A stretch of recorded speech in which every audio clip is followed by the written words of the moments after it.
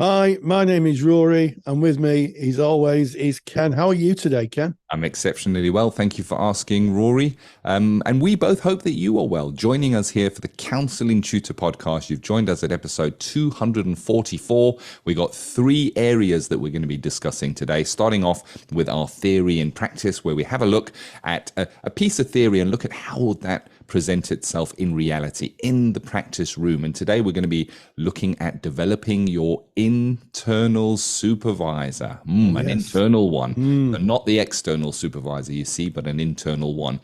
We then go into practice partner. So practice partner is our section where we recognize many therapists run a private practice, even full-time, part-time, and it can be quite a lonely road to travel. It can be difficult to get all the information together that one would need. It can be overwhelming. So Rory and I talk about setting up a private practice and kind of all the little pieces that come together. And today we're delving into something that may sound boring, but it is so important. And it is linked into legislation, and it's how we keep, store, and manage data that our clients entrust us with. And it keys in, at least here in the United Kingdom and in Europe, into GDPR, or General Data Protection Regulation or regime. So we're going to be looking at that. And then we go into Practice Matters.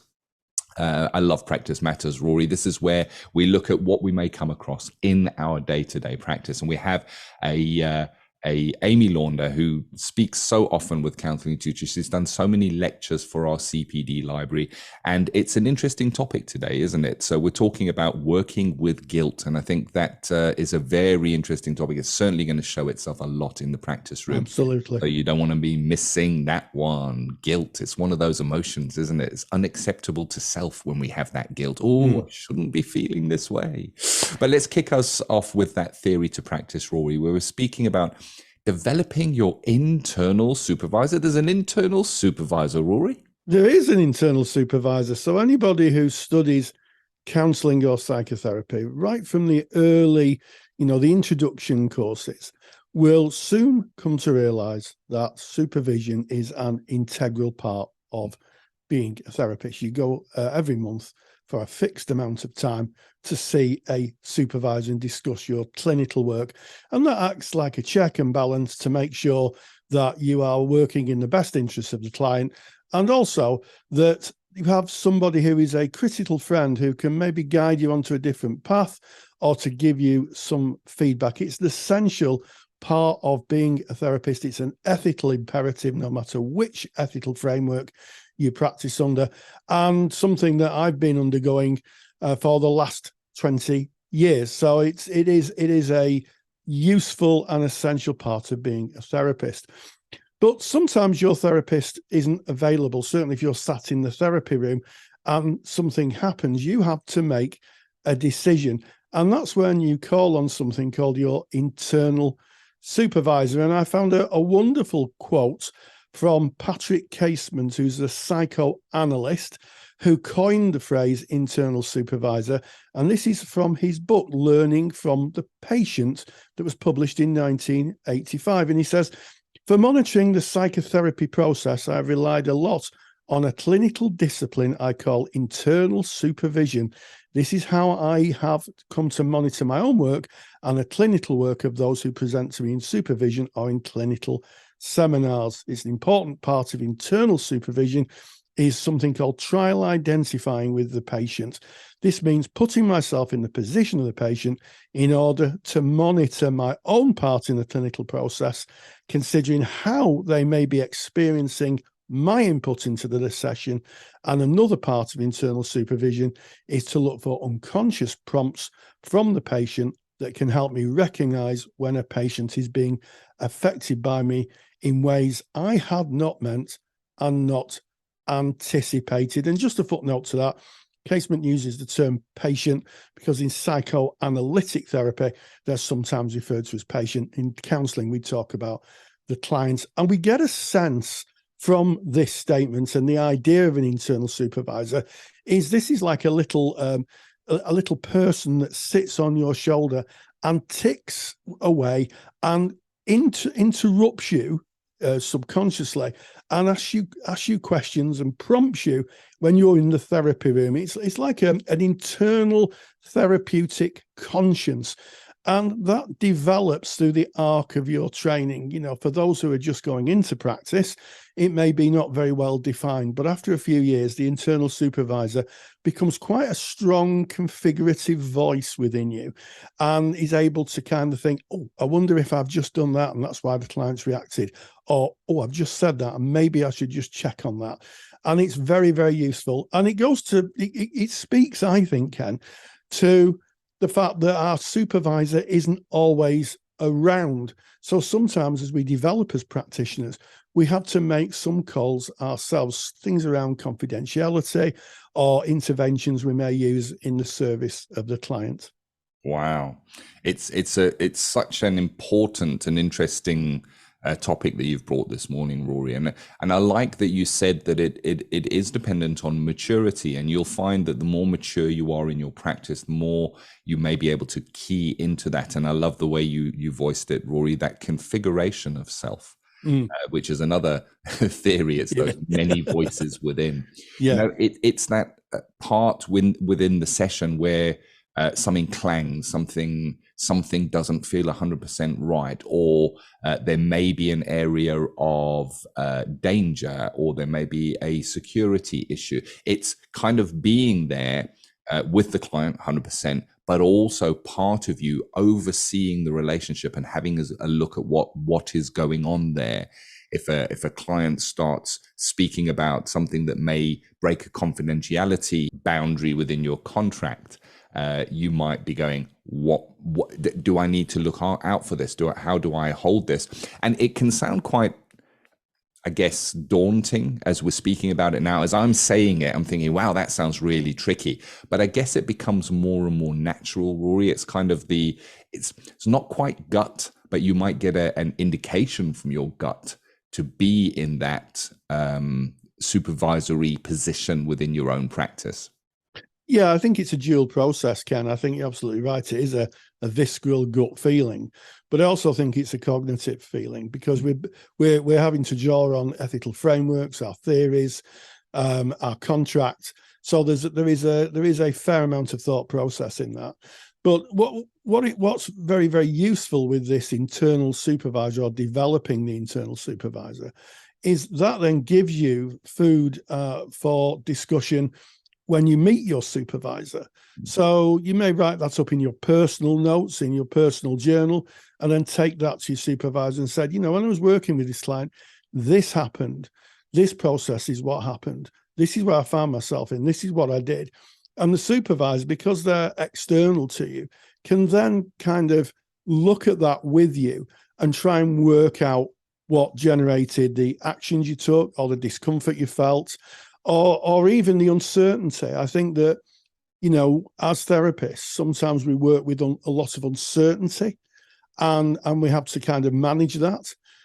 So it's a very, very useful process. And I think that supervisors should help actively develop the internal supervisor. I know that I do in my supervisees. I say, what does that tell you? Before I give them an answer or give them an observation, I will ask them, what does that tell you? What do you think's going on for you there? And together we can kind of work it out together. And that then feeds and provides nourishment for the internal supervisor. And it's interesting, I've supervised for many years students who are now, well qualified, well experienced practitioners, and it's noticeable their internal supervisor is very active, very present, and always presents in supervision, as it does in therapy, Ken.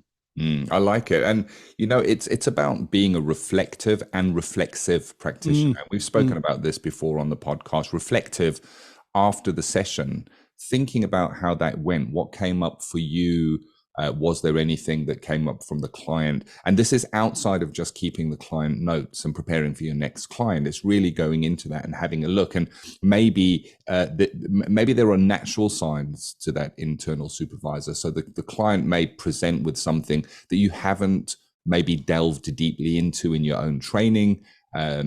And you may afterwards reflect on that and go, you know what, I think I need to maybe go and do a little bit of CPD within that area, maybe read a book or go into something like the Counselor CPD library and go and search that topic and delve deeper. And that is that internal supervisor. It's kind of informing you of what CPD you might do, in the same way as you might go to your supervisor and say, I've got this client, they're presented with this, and the supervisor may say, have you got knowledge and training in that area? If you say no, the supervisor is going to guide you. So there's maybe an example, an active example of that internal supervisor. And I think that you're 100% right, Rory, in saying that if you take this topic to your supervisor and say, you know, how can I develop my internal supervisor? Ask your supervisor, what are the processes that you go through when you're working with me in supervision? And if your supervisor can walk you through that, then you have like a framework to kind of map your internal supervisor to. Now, I know, Rory, we in Counselling Tutor, we offer a clinical supervision training course. And in fact, if you're listening to this in real time, we have our next intake in January 2023. And if you're interested in finding out more about that, go to counsellingtutor.com. Just scroll down on our main page and you'll see our supervision training, and you can join the update list and we'll send you all the information about that. But within that training, so often we get feedback from those undertaking the training of how it is improving their practice with their clients. Yes, they're learning to be supervisors, but what's happening is they're learning a framework of how supervision works, and then are able to kind of look at themselves in practice. And all it is doing is strengthening that internal supervisor, Rory. Absolutely, Ken. And I like the term strengthening, because I think it speaks to how we develop as practitioners. And you know, one of the things that comes up a lot, it comes up for me during my years of practice, and it comes up in supervision, is the relationship with the client. I think one of the things the internal supervisor speaks to is when you're working with a client and you may get this sense of, I'm not sure I'm in the relationship here. I'm more outside it. I'm not connecting. And, you know, I'm just not feeling it, to be honest. And I think that is the internal supervisor saying, hey, there's something going on here. What the hell's going on with you, you know, as a counsellor? What's going on there? And that's the time to take that to supervision and say, you know, if I was sharing a journey on a train, and there was myself and the client in the train with no stops between Manchester and London, and there's only two of us in the carriage, why would I sit at the opposite end of the train to my client? And it's at that point the supervisor is going to be looking at, you know, who is this client to you? What is the relationship? Is there anything that's brought up from the past? And of course, we're into the realms of my favorite topic, which is transference and counter-transference. And it's all part of being an effective, it's a bit part of being an effective practitioner, but it's also being part of an effective supervisee. You know, I don't think there's a lot spoken about how to be a useful and a productive supervisee. We go to supervision. I've never seen anything taught on it, to be honest, apart from the lectures we have in the Counselling Tutor Library, the CSR Library. So it helps you present the material better. The internal supervisor sets you up to be able to go and see a clinical supervisor and say, this is where I am. This is what I'm feeling. What's going on? Can we work it out together, Ken? Yeah. You know what might be handy here, Rory, is if we share the supervision triangle. So the supervision triangle is covered in our supervision training course, and just looking at the areas of the supervision triangle, because as you're kind of talking about what might come up, Rory, I'm kind of mapping it to the supervision triangle. When we were speaking about maybe you recognize that there's an area of CPD that you might need to go and do. What area of the supervision triangle might that fall into, Rory? Well, I would think that would be the restorative side, where you may want some support. You're if I'm hearing you correctly, Ken, you may be a bit unsure, not feeling a little bit of imposter syndrome. Part of that would be the restorative. In other words, the supervisor would help to kind of find out what's going on for you, try and give you some balance and equilibrium in your practice. And of course, the other two sides of the triangle are it's formative, normative, and restorative. So normative is usually the ethical side of things, and the formative side is usually information and educative process. So within supervision, it kind of ebbs and flows in a supervision session. Sometimes someone comes in for support, and through that arc of normative support, bringing things back to normal, you may need to help with some education, and that would be the formative. Or you may have to look at the ethical framework, and that would be the normative side. So it's really, really important. It really, the internal supervisor in its development helps plug you in to your supervision. I think that's the best way I can do it. You could plug yourself in, yes, download yourself, and then, you and your supervisor can look at what the hell's going on. What's going on? So I say, what's going on? What's going on here? And you can work it out together. It's an essential ingredient. It really is, to be, I think, a competent, caring, and thoughtful practitioner, Ken. Yeah, and it protects you as well. I mean, you spoke about that restorative quadrant. It's not a quadrant, because that would make it 4, isn't it? It's corner of the triangle. Yes. I'm trying to be fancy here.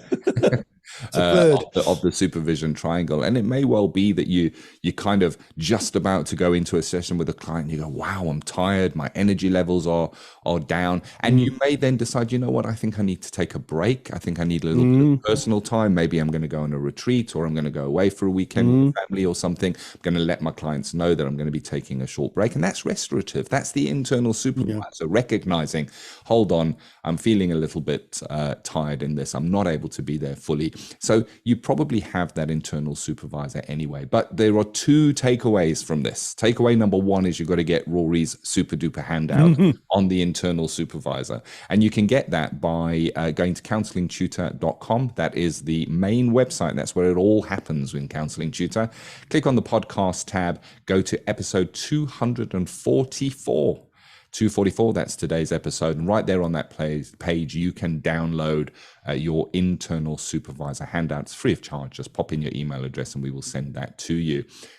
Takeaway number 2, if you have a maturity in your practice, so you've practiced for 2 years and you feel that you are ready to undertake clinical supervision training, for your own development, for the development of your internal supervisor, and of course, so that you can be there in service of others and your supervisees who will come to you, then now's a great time to look at that if you consider Counselling Tutor for your studies, because we are about to launch that. January 2023 is our next intake. Our intakes sell out very, very quickly.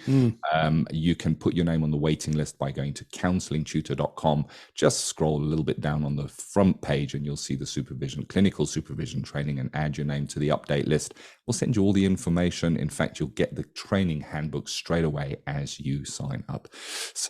So there it is, Rory. It all happens on counsellingtutor.com, and that was our theory in practice for today.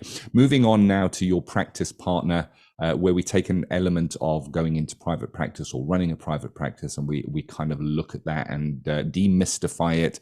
And today we're talking about potentially a dry topic, but I think really important, Rory. I guess you could say it in 4 letters, GDPR, but I think it's more caring to say the collection, storage, and control of the data of our clients that our clients trust to us. Absolutely, Ken. And this is a topic that comes up in our Facebook page. And if you're not a member of our Facebook page, go to Facebook, type in Counselling Tutor, knock on the door. You'll find us. We're a closed group, but our friendly moderators will let you in, and you can join thousands and thousands of like-minded people who are talking about the world of counselling and psychotherapy. We have students, we have qualified colleagues, we have supervisors, we have tutors, all talking about the world of counselling and psychotherapy. And this GDPR is a regular topic, Ken. It is indeed. And GDPR came in some years ago, and it was a European law And at the time, so Counselling Tutor is based in the United Kingdom. So we're going to speak in that frame of reference. But it doesn't matter where you are in the world, there's going to be a law or legislation that governs how data is collected and stored. And GDPR stood for, or does stand for, General Data Protection Regime or regulations. And that was a European law. But when Brexit came into effect and the UK left the EU, we moved away from the EU GDPR. But what kicked off instantly then was UK GDPR. And that is tailored more specifically to people resident in the UK. And it is mapped to the Data Protection Act of 2018 here in the United Kingdom. So not being in the EU does not exempt us from GDPR. It is something we still need to look to. And I think GDPR can send shivers through the body because it sounds so confusing and it keeps on changing and it's very difficult to keep up to date and understand exactly what's happening.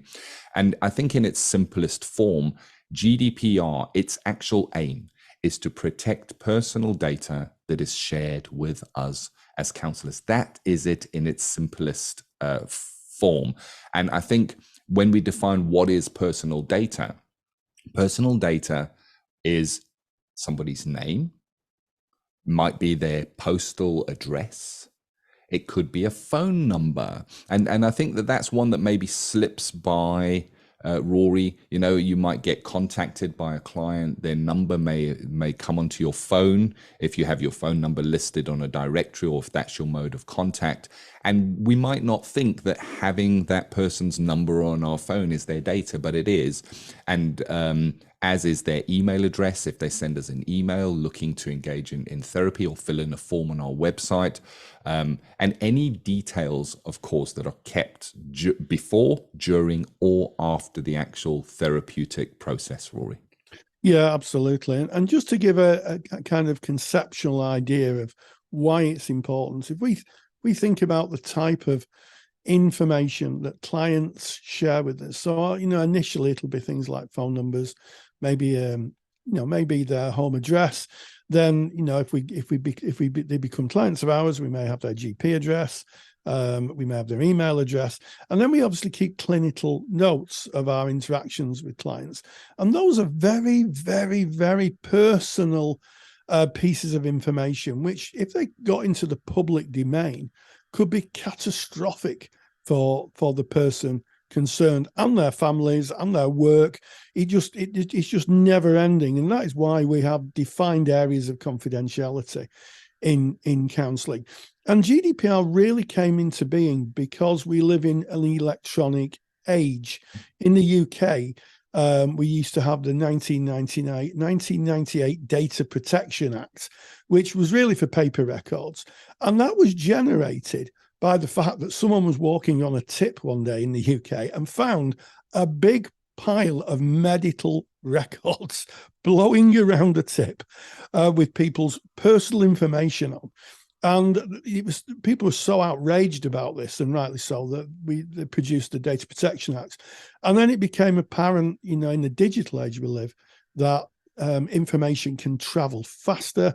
It's harder to erase. Once it's on the internet, it's virtually impossible to get it removed. It becomes replicated, and a more robust law was put in place. And it started in 2016, and now it's 2018. The law became ratified in 2018 as the General Data Protection Regulations. And as Ken said, I think it's really important. It is a very dry subject, but it's an important part of practice. And if you're an independent practitioner, having an understanding of GDPR and your obligations under it is really important. And the people to look at really is the ICO, the Information Commissioner's Office. They're based in Wimslow, just down the road from where I live. There's a website which will pop onto the episode show notes, episode 244, counsellingtutor.com, and have a look at what your obligations are. But generally speaking, any data that a client shares with you, phone numbers, email addresses, GP details, client notes, there are certain aspects of storing information and access of information you have to abide by. And one of those is that a client can access their clinical notes. They can say, I want to see what you've written about me. And you have to produce those within a number of days to your client. It's about transparency, and it's about making sure that any data that is written about you can be corrected, Ken. 100%. And you're speaking about the client having the right to access their notes, because that is data that you have collected maybe before or during or after a session that you have written down. It is their data that you are putting on their account from your time and meeting with them. But they also have the right to request any data from you, including they can say to you, how did you get my information in the first place? Let's say somebody goes onto your website and they fill in a form to say that they're interested in having therapy with you. We have an obligation to track how that information came in, the date that it came in, the fact that that person gave us permission to email them back. So just somebody filling in a form and sending it doesn't give us informed permission to send that back. So somebody can ask for any details that you hold on them, including how you got their details in the very first place. So GDPR speaks about lawfulness, fairness, and transparency. We need to identify valid grounds under the GDPR for collecting and using personal data. So we start by asking ourselves, do I really need this person's data? So if somebody makes an inquiry with you and then you try and follow up with that person and that person does not reply and they kind of go away, well, then under the GDPR law, we have no right to hold that data anymore. We need to delete it. We need to get rid of that data because that person is we no longer have a valid reason for holding that data. We need to ensure that we don't do anything with the data that it is in breach of any of the laws. And I think this is tricky. I trained more than 10 years ago, and GDPR was not a thing. It wasn't taught within my training. So it's difficult now post-training to learn all these new laws and all of the compliance. But we're called on. It is legislation. We have no choice in this. We have to do it. And then I guess the third one is use the personal data in a way that is fair. And that means that it must not be processed. We can't process the data in any way that would be different to what was expected by the person when they first came in. So an example of that may be we get a client that comes in, they speak to us about a presentation. Perhaps we don't have the level of competence to work with them on that presentation. So maybe we contact a colleague and we say, hey, I've got this client and they fall right into your sweet spot. I know you're an expert in working with XYZ presentation. Here's their information. Well, that is against the law. We cannot share that person's data without their informed consent. We would need to go to the client and say, you've shared this information with me. I have a colleague who has this, and maybe share their data with them. So there's so much to take into consideration. And there's a call. Certainly within Counselling Tutor, all of our staff have to do GDPR training when we start, if we're working with any kind of data. And I guess we need to train ourselves as therapists and understand what all the accountability is, explicit consent, that is the person needing to give us a reason why they are contacting us. And that might be a tick box at the bottom of the form that they fill in that says, I give consent for you to email me back. We have to have that informed, explicit consent, and we need to be able to evidence that we have that. And it can sound terribly confusing. There are tools available online that can help do that. And we in Counselling Tutor recognized that there was much confusion around keeping client data, collecting client data, keeping client data, and storing of client data for counsellors. And we built a tool called Therapy Lock.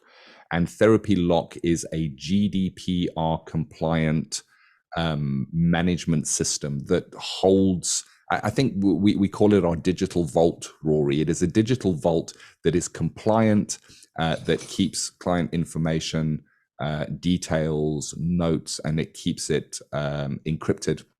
It keeps it double password protected, and it basically keeps us safe and it keeps the clients safe. You can, of course, do this yourself if you do the training, but if you do want an easy way, then pop over to counsellingtutor.com, scroll down, look for Therapy Lock. It's right there on the first page.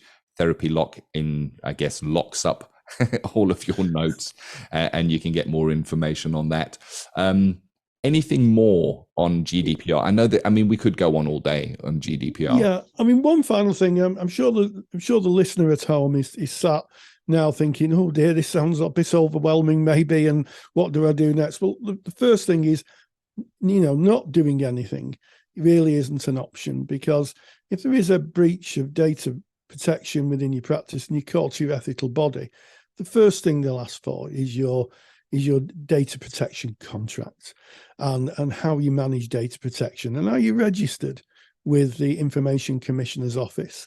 And, you need to look at these things. So what I would say is, if you have any issues, go to the ICO here in the UK. Now, in the Republic of Ireland, it is actually called the Data Protection Commission, because I know we have a few listeners in the Republic of Ireland, and hello to you.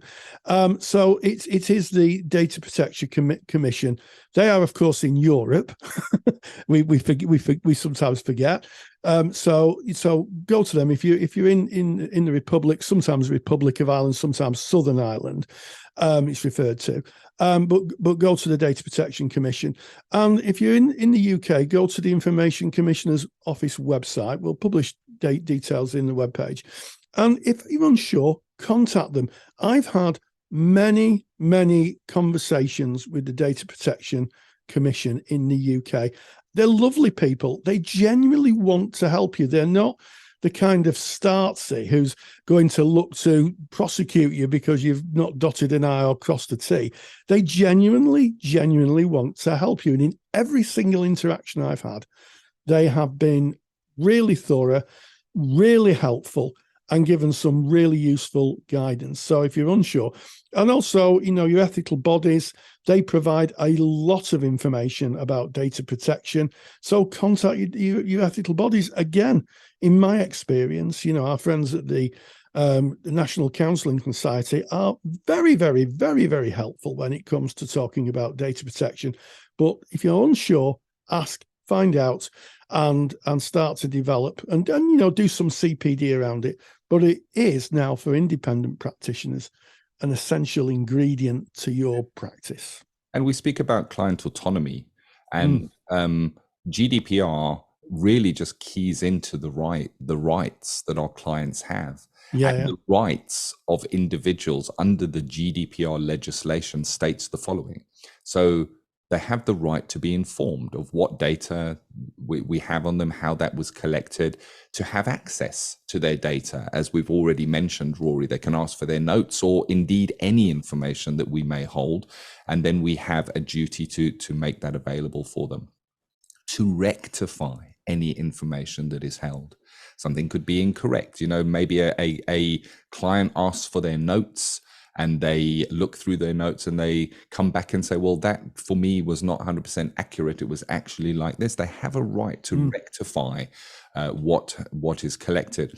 There is a right to erase, or the right to be forgotten. And this is kind of a parallel road here, because there are instances where the storing of the data would fall under other legislations, maybe child protection, or we might have a reason to keep medical records. But generally, a person has a right to be forgotten, a right to say, I don't want you to keep any information on me anymore, please. And then we have a need to get rid of that, to get rid of the data, to restrict processing. It's their right to restrict processing. And the restricting of processing is, how is that data processed? Is it manipulated? Does it go through any channels that they have not agreed with?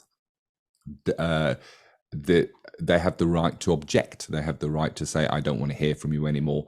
And that rely in relation to automated decision making and profiling. So kind of the manipulation that is sometimes used by the big companies to profile and collect data. But these are the rights that our clients have, and we are held accountable under law to provide those rights, I guess. So it is a big topic. If you're running a private practice, you are going to be registering with the ICO. You are going to have policies within your organization that govern how you collect, manage, and store the data. I think we've given some great resources in this, Rory. I think we have, and I think as Ken and myself always say, or Ken more often says, we're not experts in this area. Yeah.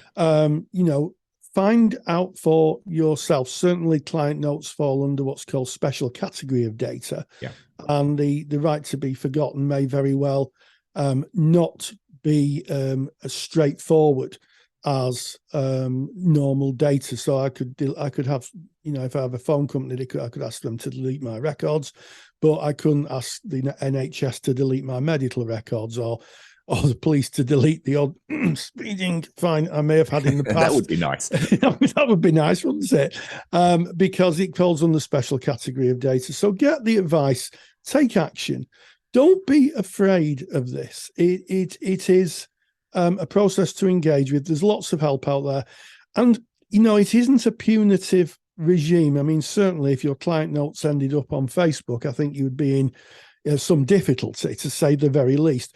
But generally speaking, the ICO and ethical bodies are there to be helpful. They understand this is a complex, difficult, and relatively new piece of legislation. Let's not forget, it's at the time of recording this podcast, I think it's just over 4 years old. So it's a relatively new piece of legislation. So, take all the advice you can.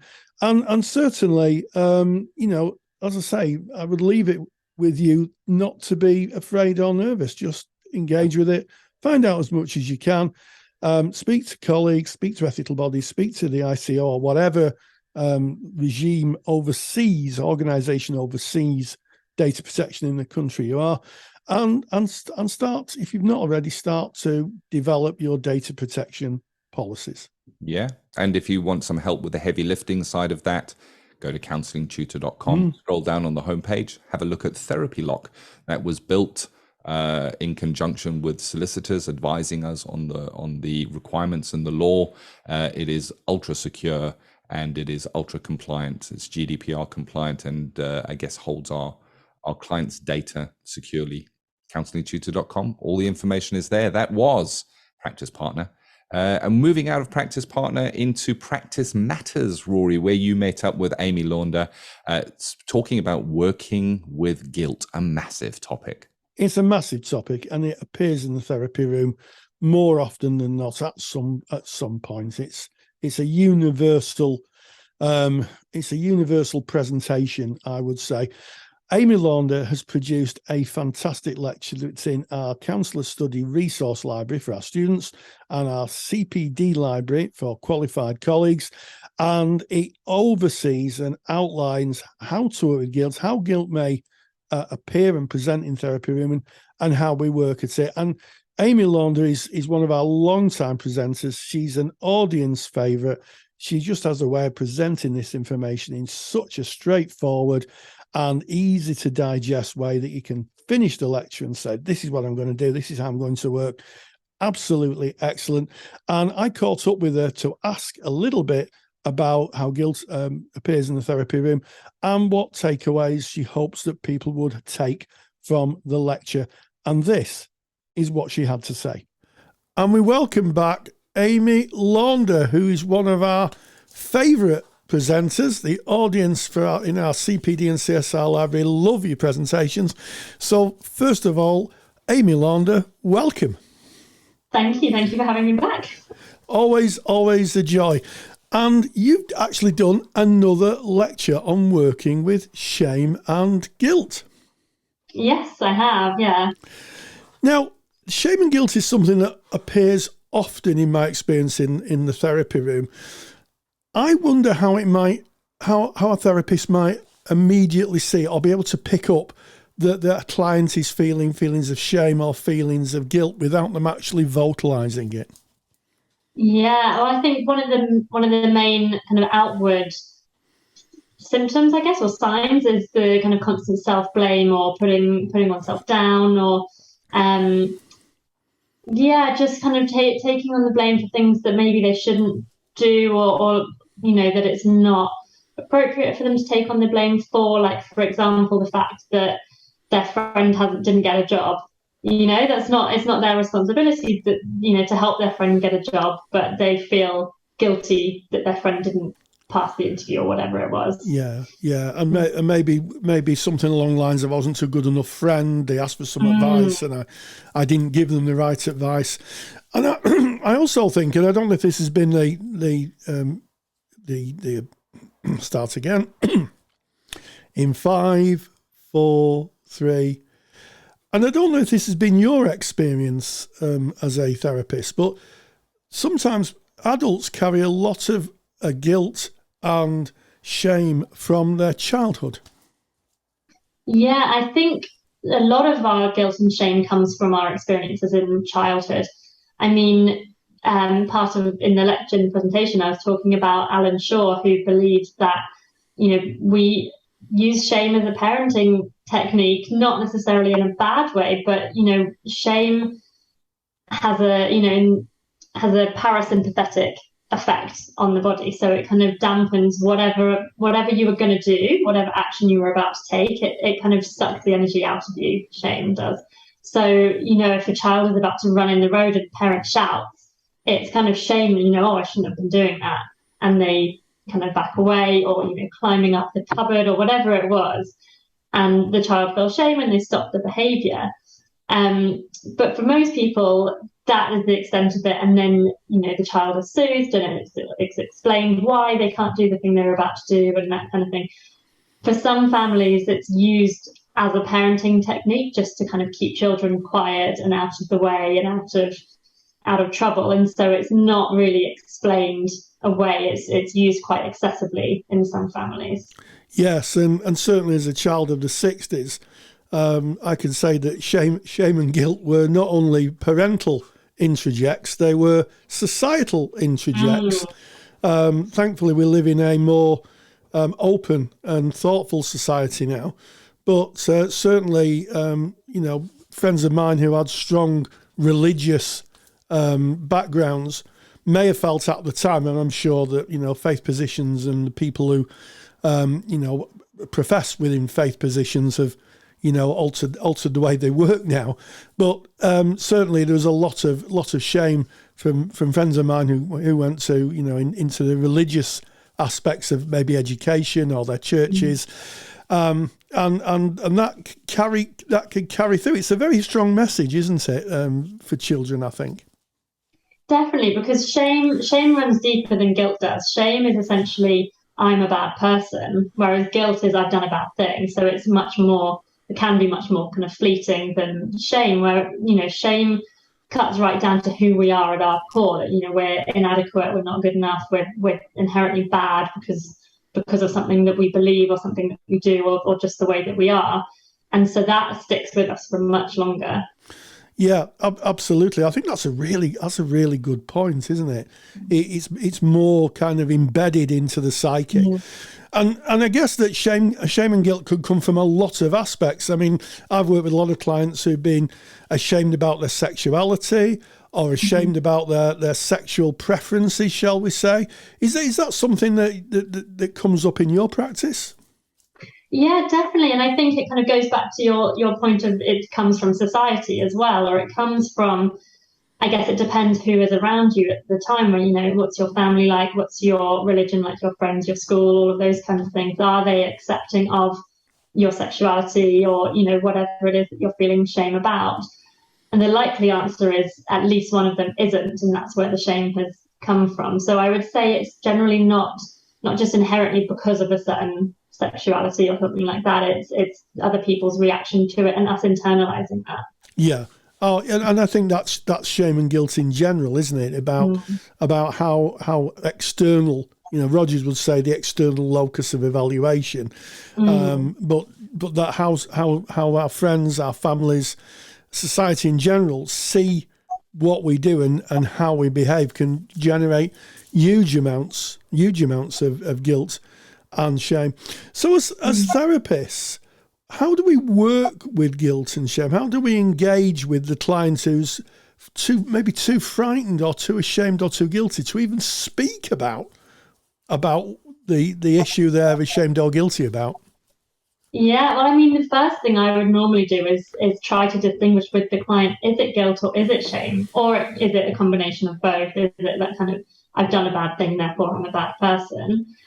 Generally, it's one or the other, and clients tend to feel ashamed, or say they feel ashamed, whereas actually maybe they feel guilty for a particular thing. So distinguishing between the two can always be really helpful. And then another thing is kind of reframing the shame or the guilt, because I think a lot of people feel they need to keep punishing themselves for whatever it is they think they have done or that they have actually done. They need to keep punishing themselves forever, whereas actually that's not necessarily the case. And the good question can sometimes be, it's a bit of a funny question, or kind of shuts people out of that seriousness, kind of going, well, if you had been caught and arrested for the thing that you've done, how long would your sentence have been? And the likely answer is that they have surpassed that sentence multiple times and they're still punishing themselves. And so kind of putting it into context a bit. I think I like that intervention. The fact that you're comparing what society may deem as a sufficient punishment for the act done and the self-inflicted punishment from the person. I think that's a really, really useful intervention. I've just written that down. I'm certainly going to be using that. So that's my takeaway for today. And I think it's also about framing. So, I mean, many years ago, I had an acquaintance who wants to speak to me about something they were terribly ashamed about. And without going into too much detail, I remember saying to this person, well, what you had was a traumatic reaction to something. And you responded in a way that would keep you alive. And it was amazing just to see you could physically see the weight lift off their shoulders when they realised that actually what they did was a life-saving activity. Is that something that you have ever seen in your practice? Yeah, I think that's such a good point, actually. And one I would have forgotten to bring up is the reframing and normalising a lot of the things that people feel ashamed about, even shame itself. If someone grew up in an abusive household, feeling shame was actually your body's kind of survival tactic, because it keeps you docile and it keeps you out of the way even of the abusive parent. So it's a survival tactic in itself. Or even the kind of fight, flight, freeze. A lot of people feel ashamed for having frozen rather, in an assault or something like that, rather than fighting or fleeing. And actually normalizing that you don't have any choice over that. That's your body's reaction to it. And, so if you have no choice over it, we shouldn't feel ashamed about it. Yeah, absolutely. And it is amazing just how much guilt and shame there is in society. You only have to, listen on the TV. Sometimes when you're hearing someone being interviewed, or even in conversations with friends and relatives, it does come up a lot. It's almost like it's a default position when people think they haven't done the right thing. Yeah, and I think we do, or a lot of people do have that kind of black and white, all or nothing thinking of either they're perfect or they should be ashamed of themselves. But shame and guilt can be useful as well. Like, I don't know if you've seen or heard of the program Shameless. The people in that program are completely, narcissistic, anything to win and that kind of thing. And it doesn't matter who they hurt, because they have no shame about what they're doing. And so shame and guilt are useful. They link to our morals. They let us know when we have done something wrong. But it's when we hold on to it all for too long that it becomes problematic, or when it's inappropriate to feel the shame, it becomes more problematic. But there is such a thing as healthy guilt or clean guilt as well. Yes, I think that's very interesting. And Shameless was filmed Well, it was filmed in Manchester, and certainly I think one of the things I took away from that is that some people were shameless because of the circumstances they found themselves in. They were just trying to make the best of a bad situation. And it's a bit of a parable for our times. There's lots of shameless people that we see quite regularly on the TV. I won't say any more than that. But yes, that idea that it's a way of surviving, and people own their own shame. I've had that certainly in my practice. Is that something you've experienced? Yeah, definitely. I mean, there's definitely been, people who, they know they've done something wrong, they feel ashamed about it, and they use that to, you recognize you've done something wrong, make amends with the person, and then let go of it. But owning it and knowing that you've done something wrong is really important. I think when we try and bury it, when that's like a hidden part of ourselves, the shadow part of ourselves, that it then gets entangled in everything that we do from then on. And that's when it becomes very problematic. But owning it and, acknowledging it can be very helpful. It is. And I guess as a therapist that sometimes we can't escape the dreaded transference, where maybe all the parallel process in some cases, where someone talks about something they've done and we've done exactly the same thing. And I think that's an interesting process. And I think for me, that's one to take maybe to supervision if you feel that you don't know whose guilt or shame it is. Yeah, that's a really good point, actually. And sometimes, a client might be talking about something that you would feel ashamed of, but they don't, or vice versa. And trying to unpick all of that can be really interesting, yeah. Or if you suddenly, as a therapist, I guess, feel a sense of shame and you don't know why, has that come from the client and it's just not been spoken about? Yes, I think it's really, really interesting. And I think that, this is a timely lecture because shame and guilt do appear in the therapy room a lot. It is a recurring theme. So finally, Amy, what do you hope that people will take away from your lecture? I mean, for me, the key message, the kind of basis of this is the difference between guilt and shame, and being able to differentiate it with your clients so that they're not globalizing guilt into shame when it's not really necessary. I think that will be the key takeaway for me. Well, I think on those wise words, Amy Launder, thank you so much for joining us. As always, a massive thank you to Amy Launder. A big thank you to you, Rory, for hosting that interview. Lots of really interesting information there, something that definitely comes up in the therapy room again and again and again. As Rory said going into this, the full lecture is available. If you're a student, it is available in our counselling study resource library. If you're a qualified practitioner, the full session on Amy Launder, Working with Guilt, is available in the Counsellor CPD library. If you're not a member of those libraries, either the student library or the qualified library, go to counsellingtutor.com. All the information is there. And of course, Rory, this has been episode 244 of the Counselling Tutor Podcast. Yes, we started with theory and practice, developing your internal supervisor, your therapeutic conscience, which speaks to you and directs to some extent what you'd speak it about in supervision. We moved on to practice partner and the thorny and sometimes difficult issue of UK general data protection regulations, where we looked at an overview of GDPR and your obligations under it and some takeaways of what you might want to do having listened. And then finally in Practice Matters, we caught up with the wonderful Amy Launder, who spoke about guilt in an interview that I conducted with her for a lecture she has produced for the CSR library, the Counsellor Study Resource Library, and our CPD library. And as always, stay grounded and stay safe.